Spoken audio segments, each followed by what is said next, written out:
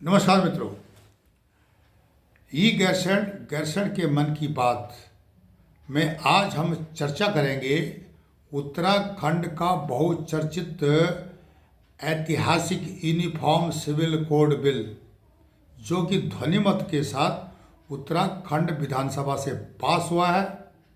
और इसके क्या क्या ऐतिहासिक पहलू रहे हैं, या इसके समाज को क्या फायदे होंगे, और सामाजिक विघटन किस प्रकार से रुकेगा, या जिस प्रकार से ये हवा चलाई जा रही है कि यह धर्म विशेष के लोगों के लिए बना हुआ बिल है और इससे क्या होगा कि उन पर अंकुश लगाया जाएगा। ऐसा कुछ नहीं है। भारत के संविधान में आज़ादी के तुरंत बाद जब भारत का संविधान बना था तो उसमें इसका उल्लेख मिल जाएगा। उसमें स्पष्ट शब्दों में लिखा गया है कि यूनिफॉर्म सिविल कोड मतलब सब हर नागरिक को एक जैसे कानूनी भेदभाव रहित कानून होने चाहिए देश में। तो ये नई चीज़ तो है नहीं। यह जो पुरानी चीज़ है, पुराना बिल है, जो कि इतने दिनों से कार्यान्वित नहीं हुआ था, पेंडिंग पड़ा था, उसको कार्यान्वित कर रहे कोई सरकार कार्यान्वित कर रही है। और अब उन्होंने अपना मैनिफेस्टो में भी लिखा था कि हम इसको उत्तराखंड में लाएंगे, तो उत्तराखंड की सरकार इसको कार्यान्वित कर रही है। तो इसमें हो हंगामा राजनीति करने से क्या होता है कि फिर जो है वही राजनीति वाली बात आ जाती है। इसमें समाज का कोई भी भला नहीं हो सकता है, विशेषकर कमजोर वर्ग का। अब क्या है कि उत्तराखंड विधानसभा में यह यूसीसी बिल मंगलवार को ध्वनिमत के साथ पास हो गया और इसको जो है बहुत अहमियत दी गई। अब क्या होगा कि राष्ट्रपति के और राष्ट्रपति से पहले गवर्नर के जो राज्यपाल हैं उत्तराखंड के, उनके सिग्नेचर, उनके जो हस्ताक्षर होंगे, उसके बाद राष्ट्रपति के हस्ताक्षर के बाद यह लागू माना जाएगा। अब इसमें क्या है, इसमें उत्तराखंड का जो यूनिफॉर्म सिविल कोड बिल में शादी, तलाक, शादी, कई शादियां करना, बहुपत्नी, 4 पत्नियां, 6 पत्नियां, तलाक, तलाक के बाद हलाला, हलाला के बाद महिलाओं का जो शोषण हो रहा था उस पर एक प्रकार से ये अंकुश लगाने में अहम भूमिका निभाएगा। देश जो कि मुस्लिम है, इस्लामिक है, वहाँ पर भी ऐसी प्रथाएं खत्म हो चुकी हैं। कानूनन अपराध बता दिया उन लोगों ने, पर लेकिन भारत में यह प्रक्रिया चल रही है। राजनीति, वोट, कुछ भी लगा लो, और इसको जैसे कि आज़ादी के बाद बताया गया था कि इसको एक जैसे नियम सबके हो, हर धर्म को एक जैसे नियम हो, उस पर जो है ध्यान नहीं दिया गया। तो अब इस पर अगर किसी ने ध्यान दिया तो ये एक अच्छी बात है। उत्तराधिकार का जो है यूसीसी में शादी की उम्र, उत्तराधिकार का भी इसमें काफ़ी वर्णन है, मैं संक्षेप में बता रहा हूँ। यूसीसी में शादी की उम्र 18 वर्ष और लड़कियों की और 21 वर्ष की रखी गई है। लिव इन रिलेशन मतलब जच्चे बच्चे के उत्तराधिकार। लिव इन रिलेशन क्या है कि आजकल जो है ना, लिव इन रिलेशन एक प्रथा है कि मतलब जो है बिना शादी के रहना, और बिना शादी के रहने के बाद इनके बच्चे हो जाते हैं। ये नई बात नहीं है, ये तो यूरोप के लिए नई बात हो सकती है। भारत में ये था, उत्तराखंड में ये था, हिमाचल में ये था। कैसे था? अगर कोई महिला है, उसका पति स्वर्गवास हो गया है और उसके छोटे बच्चे हैं, उनके पालन भरण पोषण के लिए टेकुआ प्रथा थी। टेकुआ, आप ये पुराने लोग हैं, उनसे भी पूछ सकते हो कि टेकुआ जो प्रथा थी, तो लिव इन रिलेशन में था। वो उन बच्चों की देखभाल भी करता था और उस महिला के साथ रहता भी था। लिव इन रिलेशन, जिसको कि अंग्रेजी में बोलते हैं आजकल यूरोप वाले। तो जच्चे बच्चे के उत्तराधिकार का प्रावधान यूसीसी में किया गया है। लिव इन रिलेशन में अगर बच्चा हो गया, अगर टेकुआ है, टेकुआ का बच्चा हो गया, तो टेकुआ को उसकी पूरी रिस्पॉन्सिबिलिटी लेनी पड़ेगी, ये नहीं छोड़ छाड़ के भाग जाए। अगर लिव इन रिलेशन में कोई बच्चा होता तो बच्चे को पिता जो जिसका बच्चा है उसको पूरा बच्चा देखना पड़ेगा, ना कानूनन उसको जेल होगी। साथ ही यूसीसी में क्या है कि तलाक को लेकर विशेष प्रावधान किया गया है। मैरिज एक्ट पर भी यूसीसी में काफ़ी चर्चा की गई है।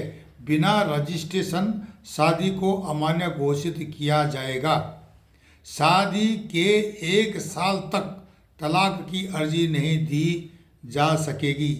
ये सोशल मीडिया में काफ़ी और दूसरे मीडिया में भी काफ़ी इस पर बातें बहस चल रही हैं। हर शादी का रजिस्ट्रेशन जरूरी होगा। शादी के समय पुरुष और महिला के शादीशुदा न होने की बात कही गई है। इस प्रकार प्रदेश में बहुविवाह पर रोक लग जाएगी, जो कि कई शादियां करके 4-4 बीवियां रखते थे और हलाला तलाक ये सारा चीज़ें सब चलती थी। एक शादी के बाद दूसरी शादी के लिए तलाक अनिवार्य होगा। अभी निकाह मुत्ता जो कि कुछ समय के लिए, कुछ घंटों के लिए, कुछ दिन के लिए जो शादी होती थी वो बंद हो जाएगी। निकाह मुत्ता तकरीबन काफ़ी इस्लामिक देशों ने उसको छोड़ दिया, पर लेकिन भारत में, ईरान में, पाकिस्तान में, बांग्लादेश में यह मुस्लिम समाज के बीच में व्याप्त है कि माना कि किसी को कोई पसंद आ गई और वो 2 घंटे के लिए उससे शादी करना चाहता है तो 2 घंटे के लिए शादी कर सकता है। उसको बोलते हैं निकाह मुता। इसका ज्ञान नहीं था लोगों को और ये उस समाज के अंदर जो है महिलाएं इसका शिकार होती थी। एक शादी के बाद दूसरी शादी के लिए तलाक अनिवार्य होगा। निकाह मुता जैसी कुप्रथा खत्म हो जाएगी। जनजातीय समुदाय को यूसीसी के दायरे से पूरी तरह बाहर रखा गया, क्योंकि उनके अपने कबीलों के नियम होते हैं। आदिवासी जो लोग हैं उनके अपने नियम होते हैं कि भाई वो कैसे रहना, कैसे समाज में उनकी व्यवस्था अलग टाइप की है। तो उस पर जो गवर्नमेंट ने छेड़खानी नहीं की है, ये एक अच्छी बात है। उत्तराखंड यूसीसी में शादी को लेकर बड़ा निर्णय लिया गया है। हालांकि शादी की न्यूनतम उम्र के साथ कोई छेड़छाड़ नहीं की गई, जैसे पहला था ऐसा ही है। लड़कों के शादी की न्यूनतम उम्र 21 साल और लड़कियों के लिए 18 साल रखी गई है। लेकिन लड़के और लड़की की शादी का रजिस्ट्रेशन करवाना शादी के बाद बहुत अनिवार्य कर दिया गया है। अगर शादी होती है तो इसका रजिस्ट्रेशन करवा दें, नहीं तो शादी मान्य नहीं होगी। वो एक बार शादी के बाद लड़के या लड़की को दूसरी शादी की तब तक इजाज़त नहीं होगी जब तक पहली शादी अमान्य न हो। अगर पति या पत्नी की मृत्यु होती है तो माता पिता की देखभाल का विशेष तौर पर ध्यान रखा गया है, लिखा गया है इसमें कि भाई उनको कौन देखेगा, बूढ़ों को, बुजुर्गों को। शादी के रजिस्ट्रेशन के सरल जो रजिस्ट्रेशन को बहुत इजी किया जा रहा है। तहसील लेवल में बहुत ही इजीली रजिस्ट्रेशन किया जाएगा। बिना रजिस्ट्रेशन वाली शादी को मान्यता नहीं दी जाएगी। यह हिंदू मुस्लिम समेत सभी धर्म के लोगों को लागू है। ये सामाजिक विघटन को रोकने के लिए इस प्रकार के अगर बिलों को इतने दिन से पेंडिंग रखा गया था तो इससे बड़ी विडंबना कुछ नहीं हो सकती है। अब क्या है कि ये जो प्रथाएं हैं, जो आदिवासी समाज है, आदिवासी समाज की बात करते हैं, तो उसको बिल्कुल इसलिए नहीं छेड़ा गया कि उनके सिस्टम बहुत प्राचीनतम है और उनके सिस्टम अपने हैं, उन पर छेड़ाखानी करना ठीक नहीं है। पर लेकिन जो मॉडर्न सोसाइटीज है और बहुसंख्यक हैं या अल्पसंख्यक हैं और वहाँ पर ये कुप्रथाएं हैं, तो उसको रोकना ज़रूरी था और ज़रूरी भी होना चाहिए। अब इस बिल को 4 खंडों में विभाजित किया गया है। विधेयक पहला खंड में विवाह और विवाह विच्छेद, जो कि मैंने आपको अच्छी तरह समझा दिया कि इसमें बहुत ठीक ठाक सज़ा भी है। अगर कोई मर्जी से इस प्रकार के काम करता है तो 50,000 रुपये जुर्माने की इसमें व्यवस्था है। 6 माह तक का कारावास है। विवाह के विच्छेद के मामलों में 3 वर्ष तक का कारावास भी हो सकता है, होता है, लिखा हुआ है तो होगा। पुनर्विवाह के लिए तय नियम के उल्लंघन पर 1 लाख रुपए तक का जुर्माना भी इसमें रखा गया और 6 महीने की सजा का भी इसमें प्रावधान है इस जो यूसीसी बिल में। 1 लाख रुपए तक का जुर्माना, 6 माह तक की सजा। दूसरे खंड में उत्तराधिकार से संबंधित है, जो कि एज इट इज है, पहले जैसे ही है हिंदुओं के लिए, लेकिन इस्लाम के लिए थोड़ा सा इसमें फर्क पड़ेगा। अगर कोई मुस्लिम महिला बच्चे को गोद लेती है तो उसको पूरा अधिकार मिलेगा, गोद लिए हुए बच्चे को, उसको जो है भेदभाव नहीं होगा उसके साथ। तीसरे खंड में लिव इन रिलेशन, जो मैंने बता दिया आपको, पंजीकरण न कराने पर अभी लिव इन रिलेशन है। कोई अगर टेकवा रखा हुआ जिसको हिंदुस्तान के मध्य हिमालय राज्यों में टेकवा पड़ता है, हिमाचल में भी थी, पूर्वी हिमाचल में, शायद पश्चिम में भी रही होगी, उत्तराखंड में भी थी, तो पश्चिम नेपाल में भी थी। इतना तो हमें भी पता है कि उस समय जो धीरे धीरे टेकवा प्रथा खत्म होगी। अब नाम उल्टा हो गया उसका, लिव इन रिलेशन, जो कि यूरोप से इम्पोर्टेड नाम है। पंजीकरण कराने पर, इसका पंजीकरण कराना पड़ेगा। किसी महिला के साथ कोई टेकवा है तो लिव इन रिलेशन है तो उसका जो है पंजीकरण करना पड़ेगा सरकार के में। अगर नहीं करता है तो 3 माह का कारावास और 10,000 रुपये का जुर्माना इसके लिए लिखा गया है कि अगर लिव इन रिलेशन को ये पंजीकृत नहीं करता है। और एक ऐसे कानून, बहुत अच्छे कानून है, लिव इन की अवधि में पैदा होने वाला जो भी बच्चा होगा, संतान होगी, वो मान्यता प्राप्त होगी। ये नहीं उसके साथ भेदभाव होगा। किसी एक पक्ष के नाबालिग अथवा विवाहित होने पर लिव इन की अनुमति नहीं है। किसी एक पक्ष के नाबालिग अथवा विवाहित होने पर लिव इन की अनुमति नहीं है। जो एज अगर 18 साल या 21 साल जो रखी है, उससे कम एज वाले इस प्रकार के कानून तोड़ते हैं, लड़की की 18 साल उम्र नहीं है, तो फिर उस पर जो कानूनी कार्रवाई सरकार करेगी। ये लिव इन के संबंध में कोई भी पक्ष समाप्त कर सकता है, वो कोई भी पक्ष उसको समाप्त कर सकता है। लिव इन पार्टनर को देनी होगी इसकी जानकारी। इस विषय में गलत जानकारी देने में नोटिस के बाद भी जानकारी नहीं देने पर अधिकतम 6 माह का कारावास अथवा अधिकतम 25,000 रुपये का जुर्माना इसमें रखा गया है। तो ये कानून लागू होने के दौरान इससे संबंधित जो भी रूढ़ी प्रथा, परंपरा जो उसके संबंधित हो और राज्य में लागू रहे हैं, यह उस सीमा तक निष्प्रभावी हो जाएंगे जो विधेयक में निहित प्रावधानों में असंगत होंगे।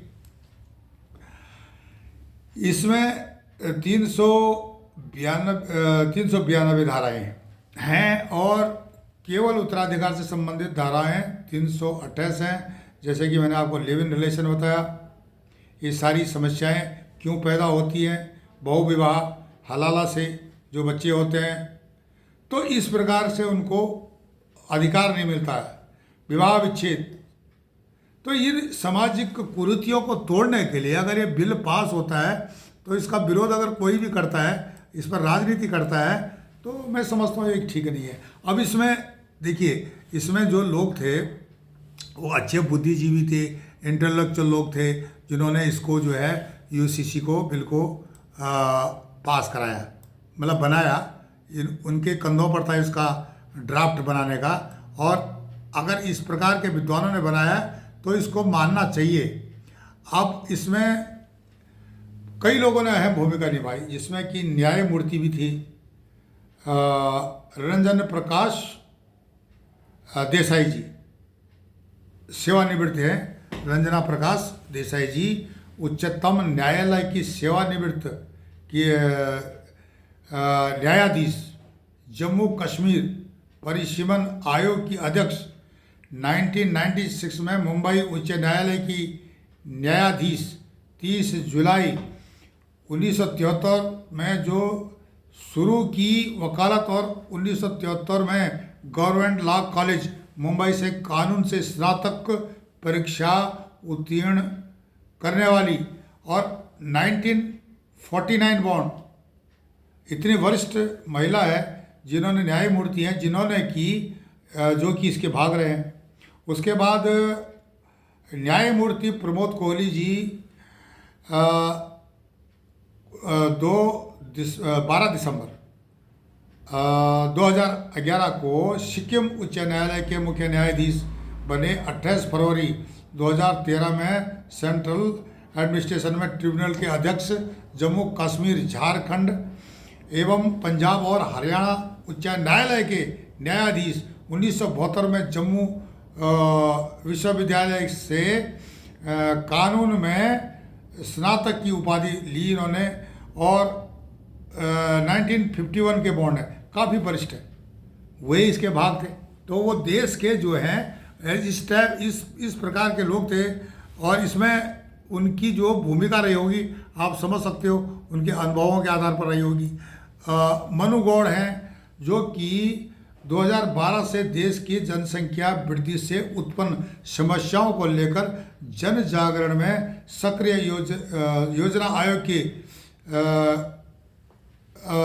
जूरी जो होते हैं जूरी मेंबर, सर्वश्रेष्ठ स्वैच्छिक संगठन अवार्ड 2022 और 1997 से लेकर 2001 तक उत्तर प्रदेश हिल इलेक्ट्रॉनिक कॉरपोरेशन के अध्यक्ष, राज्य मंत्री का दर्जा, all India waste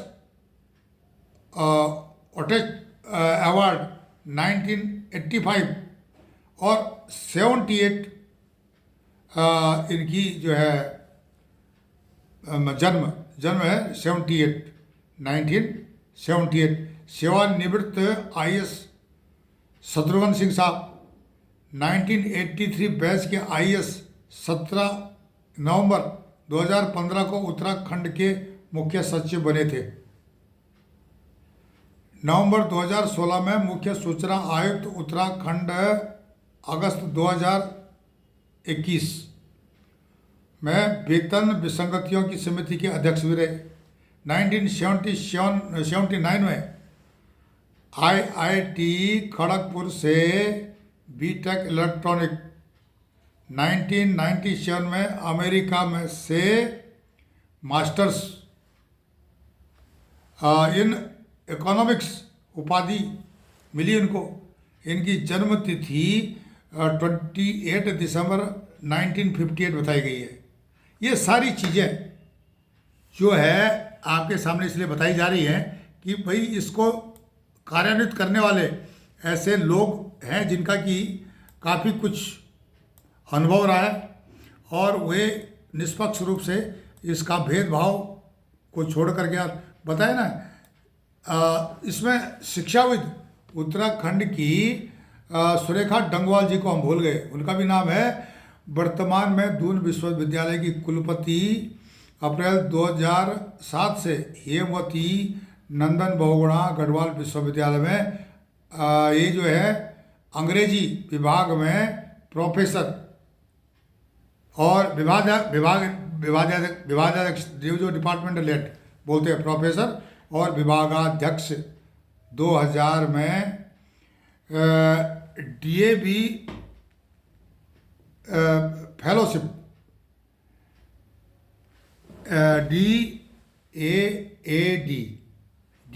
DAAD fellowship 2008-2009 में अमेरिका में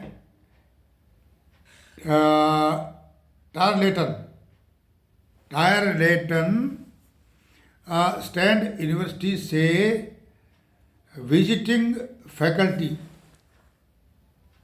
में इनका योगदान। भारतीय जनता पार्टी से जुड़ी रही वो अलग विषय है। अविभाजित उत्तर प्रदेश में इल्ट्रॉन की अध्यक्ष, प्रवेश एवं शुल्क नियामक समिति की सदस्य। 11 अप्रैल 1967 में इनकी जन्मतिथि बताई गई है। तो सारे तकरीबन अनुभवी वरिष्ठ लोग हैं जो कि बेहतर समझते हैं सामाजिक संगठन विघटन को, और उसके आधार पर इस बिल के द्वारा, यूसीसी बिल के द्वारा, समान नागरिक संहिता बिल के द्वारा समाज को किस प्रकार से सुदृढ़ कर सकते हैं, भेदभाव पूर्ण न हो। तो ये सारी चीज़ें, और ये भी नहीं है कि जैसे कि प्रोपेगेंडा फैलाया जा रहा है राजनीति के तौर पर कि यह किसी धर्म विशेष के लिए है, ऐसा नहीं है। यह तो भारत के संविधान में लिखा हुआ है। अगर आप भारत के संविधान को मानते हो तो ये बात भी माननी पड़ेगी आपको, यूसीसी को कार्यान्वित करना है। हो रहा है, बहुत अच्छी बात है। हम तो चाहते हैं कि पूरे देश में यूसीसी कार्यान्वित हो, और जिन लोगों को इतने साल 70 साल इसकी विसंगतियों से जूझना पड़ा हो, चाहे वो बहुविवाह प्रथा हो, हलाला प्रथा हो, या जो है उनको भेदभावपूर्ण जिंदगी जीनी पड़ी हो, तो उनके लिए यह आने वाले समय में न्याय देगा। आप हमसे जुड़े रहें, ई गैरसैंण के मन की बात से जुड़े रहें। हमारे चैनल ई गैरसैंण को लाइक करें, सब्सक्राइब करें, कमेंट्स करें, शेयर करें। हम कोशिश करते हैं कि आप तक अधिक से अधिक इन्फॉर्मेशन पहुंचाई जाए, क्योंकि ई गैरसैंण से लगभग 40,000 से अधिक लोग जुड़े हुए हैं और सुनते रहते हैं। ई गैरसैंण मन की बात, इसका एक दूसरा जो पहलू है, दूसरा चैनल है, वो आजकल शुरू हुआ है। आप हमारे चैनल ई गैरसैंण को लाइक करें, सब्सक्राइब करें, कमेंट्स करें, शेयर करें। तब तक नमस्कार, धन्यवाद।